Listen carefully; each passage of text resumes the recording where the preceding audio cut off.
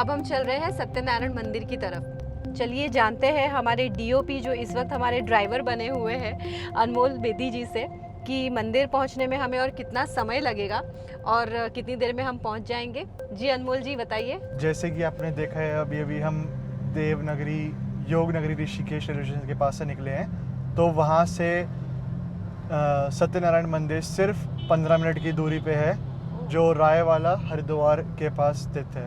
Okay. तो अभी हम बस जा रहे हैं वहाँ पे, फिर हम आपको पूरा दिखाएंगे सत्यनारायण मंदिर कैसा दिखता है और उसकी क्या खासियत है।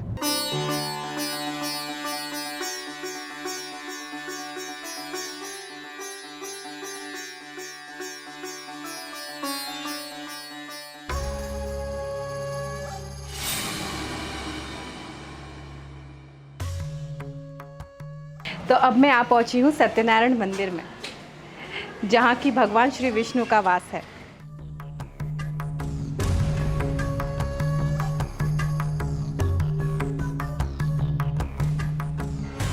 माना जाता है कि ये मंदिर 500 वर्ष पुराना है। इस मंदिर की परिसर में आपको एक अद्भुत शक्ति का अनुभव होता है। आइए चलते हैं और देखते हैं मंदिर।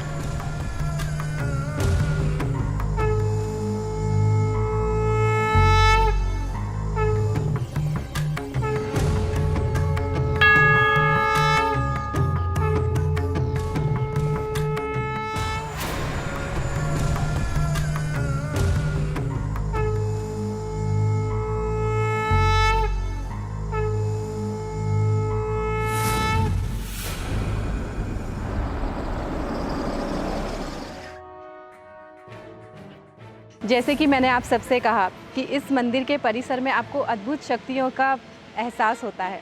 चलिए जानते हैं यहाँ के प्रमुख पंडित तिवारी जी से इस मंदिर की विशेषताओं के बारे में। पहले तो मैं आपको, आपके चैनल को, आपके यूट्यूब को, आपकी टीम को बधाई देता हूँ। आप प्राचीन सिद्धपीठ सत्यनारायण भगवान जी के मंदिर में आए हैं। ये श्री सत्यनारायण भगवान जी का प्राचीन मंदिर उत्तराखंड के 4 धामों की प्रथम चट्टी है। जो 4 धाम की माँ यमुनोत्री, गंगोत्री, बाबा केदारनाथ, बद्रीनाथ की जो यात्रा पे जाते हैं, वापसी में आते हैं, वो यहाँ से यात्रा आरंभ करते हैं। ये 500 वर्ष अधिक पुराना मंदिर है। यहीं से यात्रा आरंभ होती है। विष्णु भगवान जी का उत्तरी क्षेत्र का प्रथम मंदिर है और सत्यनारायण भगवान जी का उत्तरी क्षेत्रों में कोई प्राचीन मंदिर नहीं होगा। 50-100 साल पुराने मंदिर होगा। ये 600-700 वर्ष पुराना मंदिर है। मंदिर का गुम्बद से ऊपर पता लग सकता है आपको कि यह मंदिर मुगलों के ज़माने से बना हुआ है। पहले राजाओं का था। वर्तमान में ये बाबा काली कमली वाला पंचायत क्षेत्र ऋषिकेश इसका संचालन करता है, इसका देखभाल करता है। यानी यही इसमें 4 धाम के पैदल जाने वाले चट्टे के यात्री काफ़ी यहाँ पे रुकते हैं, मनोतीपूर्ण हुए हैं। यहाँ पे निःशुल्क संस्था की तरफ से शादी ब्याह कराए जाते हैं, भंडारे होते हैं, कथाएँ होती हैं। बड़ी बड़ी दूर से लोग कथा करने के लिए आते हैं सत्यनारायण भगवान जी का। इसीलिए मैं फिर पुनः आपके चैनल को, आपकी टीम को बधाई देता हूँ। इस कार्यक्रम के दिन दुगनी रात चौगुनी हो, मेरी शुभकामनाएं आपको सब परिवार। पंडित जी, मैंने सुना है कि इस मंदिर के परिसर में रुद्राक्ष का वृक्ष है, तो इसकी क्या महत्व है? इसका हाँ, मौत तो ये है साहब कि वही जैसे प्राचीन काल से ये है कि जो वृद्ध लोग बाबा केदारनाथ की यात्रा नहीं कर सकते, वो शिव मंदिर में यहाँ के रुद्राक्ष से दर्शन कर सकते हैं। रुद्राक्ष यहाँ 130-135 वृक्ष रुद्राक्ष के हैं, अच्छे वृक्ष हैं। कहने मतलब यह है कि उसमें शिव पुराण में लिखा हुआ है कि जो केदारनाथ बाबा की यात्रा नहीं कर सकता, उस रुद्राक्ष वृक्षों के दर्शन करने से, और बाहर के लोग, काफ़ी लोग रुद्राक्ष वृक्षों के दर्शन कर सकते हैं। आप इसको चाहे अपने चैनल पे, अपने उसमें देख सकते हैं। ये सामने जितने पेड़ हैं, ये सामने हैं, पीपल के पेड़ के पीछे हैं जो सब, आप उसमें ले लीजिए। इसमें फूल लगे हुए हैं, रुद्राक्ष अब लगेंगे उसमें। तो कहने आपको देख लीजिए, आप उसमें वो कर लीजिए, कैमरे में कैद कर लीजिए और देख लीजिए। आपको मैं इसी उपलक्ष्य में आपको प्रसाद भी देता हूँ। धन्यवाद आपकी टीम को। आपको आइए आपको भगवान विष्णु के दर्शन कराते हैं।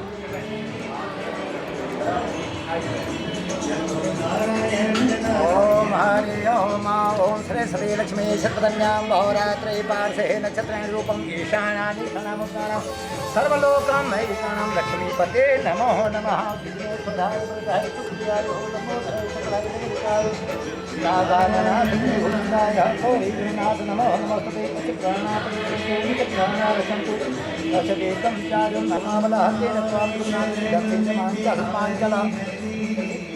सत्यनारायणे देवेभ्यो नमः, लक्ष्मीनारायणे देवेभ्यो नमः, बद्रीनारायणे देवेभ्यो नमः। नरसिंह नारायणे देवेभ्यो नमः माता पिता कमलेभ्यो नमः देवताभ्यो नमः कुलदेवताभ्यो नमः श्रीरामदेवताभ्यो नमः स्थानदेवताभ्यो नमः वासुदेवताभ्यो नमः ओम सर्वेभ्यो देवेभ्यो नमः सर्वेभ्यो नमः विष्णु जन्म जगम के स्वाहापुर धर्मं नमस्ते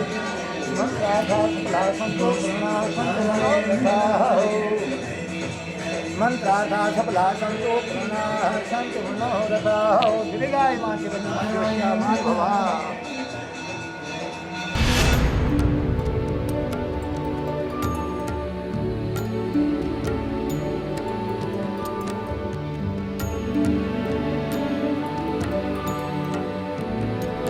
ये मंदिर जंगल के बीचों बीच बसा हुआ है। यहाँ कई खूंखार जानवर भी बसते हैं, लेकिन बावजूद इसके ये किसी भी प्रकार की कोई हानि नहीं पहुँचाते, है ना अद्भुत। इस मंदिर के परिसर में कई रुद्राक्ष के वृक्ष भी बसे हुए हैं।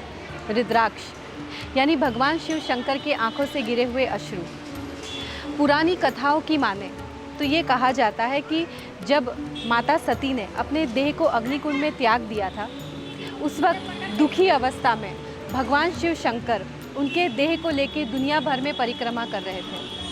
उसी दुखी अवस्था में उनकी आंखों से गिरे हुए अश्रु जहाँ जहाँ गिरे वहाँ वहाँ रुद्राक्ष का वृक्ष बना।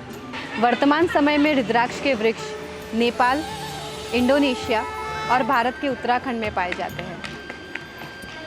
आइए चलिए देखते हैं रुद्राक्ष के वृक्ष।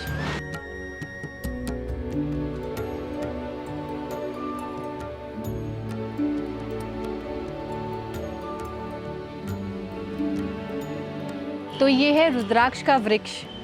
जैसे कि आप देख सकते हैं इस वक्त इसके ऊपर से फूल आए हुए हैं। यहाँ के पंडित जी की माने तो अक्टूबर नवंबर में या सितंबर अक्टूबर में मेरे ख्याल से इसमें रुद्राक्ष आते हैं, जो कि अखरोट की तरह होते हैं। यहाँ के कुछ यात्री श्रद्धालु जो इसके दर्शन के लिए आते हैं, कई बार इसके फूल और पत्ते भी तोड़ कर ले जाते हैं। कितना खूबसूरत है ये। वैसे माना जाए तो हमारे हिंदू धर्म में रुद्राक्ष की बहुत ही महत्वता है। एक मुखी, 5 मुखी रुद्राक्ष पूजा में कई बार हम इस्तेमाल करते हैं। मैं जस्ट सोच रही थी कि इतने सारे वृक्ष हैं तो कितने सारे रुद्राक्ष हर साल निकलते होंगे। मैं आशा करती हूँ कि हमारे द्वारा कराए गए सत्यनारायण मंदिर के दर्शन आपको ज़रूर पसंद आए होंगे। तो चलिए अब हम चलते हैं हमारे दूसरे स्थान, जो कि है वीरभद्र मंदिर, जो कि नीलकंठ ऋषिकेश हाईवे से 2 किलोमीटर की दूरी पे है। चलिए आइए देखते हैं।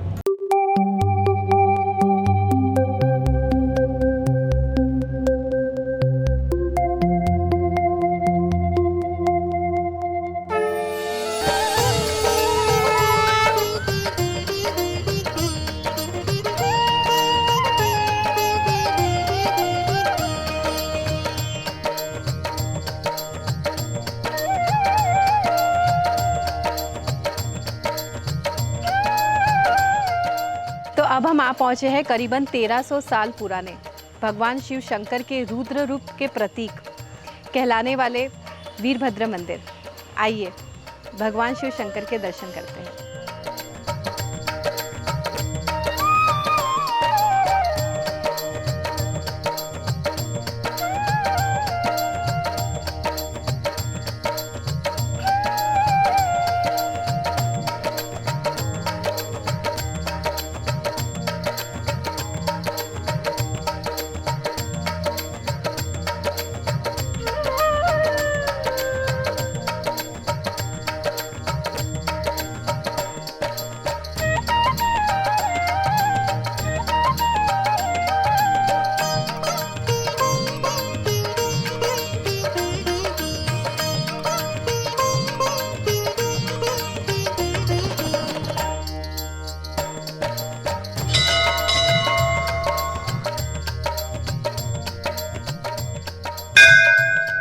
इस वक्त मेरे साथ है आचार्य विनीत शर्मा जी, जो मुझे इस मंदिर के बारे में कुछ जानकारी देंगे।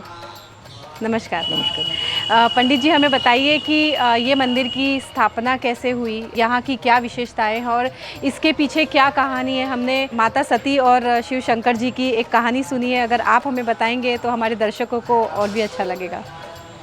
मैम नमस्कार। पहले आपने जो कहा कि ये मंदिर कब स्थापित हुआ, ये सिद्धपीठ स्वयंभू मंदिर है अच्छा। जो स्वयं से प्रकट किया गया हो। और ये मंदिर आदि अनादि काल से है, क्योंकि दक्ष प्रजापति ने बहुत विशाल यज्ञ किया था।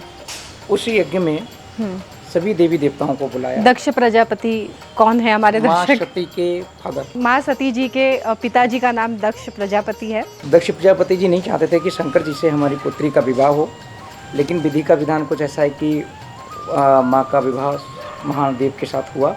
होने के बाद क्या हुआ कि दक्ष प्रजापति ने शंकर जी का कई बार अपमान किया, क्योंकि वो नहीं चाहते थे। एक बार बहुत विशाल यज्ञ कर रहे थे, उस यज्ञ में समस्त देवी देवताओं को बुलाया, शंकर जी को निमंत्रण नहीं दिया। बड़े बड़े वायुयान जा रहे थे कनखल में, तो माँ ने पूछा कि प्रभु ये बड़े बड़े यान कहाँ जा रहे हैं? तो शंकर जी कहते हैं कि आपके पिता बहुत विशाल यज्ञ कर रहे हैं, ये वहाँ जा रहे हैं। तो उन्होंने कहा मेरे पिताजी ने मुझे क्यों नहीं बुलाया? तो शंकर जी ने तब बताया कि आपके पिताजी मेरे से नाराज़ हैं, जिस कारण मुझे निमंत्रण नहीं दिया है, और निमंत्रण नहीं दिया तो हमें जाना भी नहीं चाहिए। माँ ने हट की नहीं, मेरा तो घर है, मैं जाऊँगी, मेरा मायका है, मैं जाऊँगी। शंकर जी ने कहा ठीक है। नंदी जी से कहा कि आप छोड़ के आइए माँ को। जैसे ही नंदी जी माँ सती को छोड़ के आते तो उस विशाल यज्ञ में सभी देवी देवता थे। ब्रह्मा और विष्णु का आसन लगा हुआ था, लेकिन शंकर जी का आसन नहीं लगा हुआ था। इस कारण माँ को ऐसा लगा ये तो मेरे पति का अपमान हो रहा है, मेरे स्वामी का अपमान हो रहा है, मैं इस अपमान को कैसे सहन करूँगी? अगर मैं वापस जाऊँगी कैलाश पर्वत तो स्वामी पूछेंगे तो मैं क्या जवाब दूंगी? उन्हें इतना क्रोध आता है, उस यज्ञ में अपने शरीर को विध्वंस कर लेते हैं, जिसमें सभी देवी देवता हाहाकार मच जाती है। नंदी जी संदेश महादेव को देते हैं, तो एक दूसरे से नाराज़ तो पहले से ही थे, लेकिन आज वो ससुर और दामाद का रिश्ता भी खत्म हो गया, क्योंकि मानी सती ने अपने शरीर को अग्नि में भस्म कर लिया।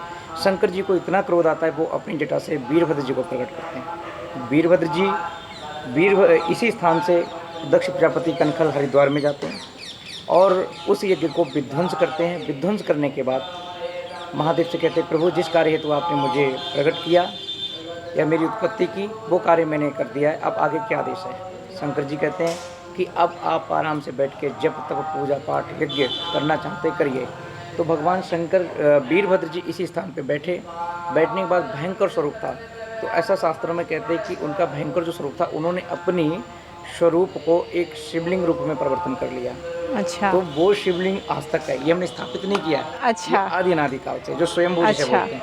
तो हमने ये भी सुना है कि यहाँ पे शिवरात्रि में बहुत बड़ा मेला लगता है। जी मैम, ये लाखों की संख्या में भीड़ आती है और अपने हरिद्वार, देहरादून और आसपास जैसे उत्तर प्रदेश के कई राज्य से लोग मेला का शिव जी पे जल चढ़ा के आशीर्वाद भी लेते हैं और मेला का आनंद भी लेते हैं। जी जी। और उसके साथ साथ भव्य आरती भी होती है और जागरण होता है, मैंने सुना है। जागरण तो नवरात्रि में होता है। अच्छा। और कृष्ण जन्माष्टमी बड़ी धूमधाम से मनाई जाती है और शिवरात्रि तो और अभी तो श्रावण महीना चल रहा है, तो अभी तो शिव जी का जब तब जब तक यज्ञ अनुष्ठान खूब बीच में अभी चल रहा था, अब तो समापन की तरफ है। लेकिन हाँ, काफ़ी जब सावन का महीना चलता है तो लोग लंबी लंबी कतारों में लग करके अपनी बारी की प्रतीक्षा करते हैं और महादेव से तरह बिलपत्र पुष्प इत्यादि चढ़ा करके आशीर्वाद अपनी मनोकामना मांगते हैं। लेकिन हाँ, जो अपनी मनोकामना सच्चे भाव से लेके आता है, वीरभद्र महादेव सबकी मनोकामना पूर्ण करते हैं। और इसका नज़ारा जब आप कभी सोमवार को आएंगे तब देखने को मिलेगा कि कितनी भी आंधी आए, बारिश आए, तूफान है, लेकिन पब्लिक अपनी बारी की प्रतीक्षा करती है। हमें ये जानकारी देने के लिए बहुत बहुत बहुत शुक्रिया। और अब मैं बताऊँ, ये जो हमारी मंदिर का बिल्डिंग है ये 1300 वर्ष पुराना है। ओहो, 1300 वर्ष पुराना। 1300 वर्ष। इससे पहले भी ये बिल्डिंग रहा होगा। हाँ हाँ।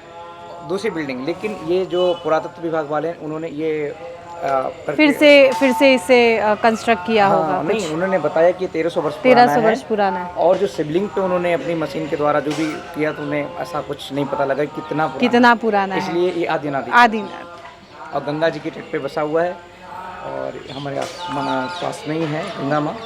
तो सभी लोग जो भी आते हैं यहाँ पहले माँ के दर्शन करते हैं, गंगा जल ला करके महादेव की चढ़ाते, समस्त मनोकामना पूर्ण करते हैं। हमें पंडित जी ने बहुत बहुत अच्छी जानकारी दी है। मैं आशा करती हूँ कि आप सबको हमारी यहाँ की जो हमने यहाँ की खूबसूरती दिखाई है आपको ज़रूर पसंद आई हो। चलिए चलते हैं आगे, चल के हमारे मंदिर का दर्शन करते हैं।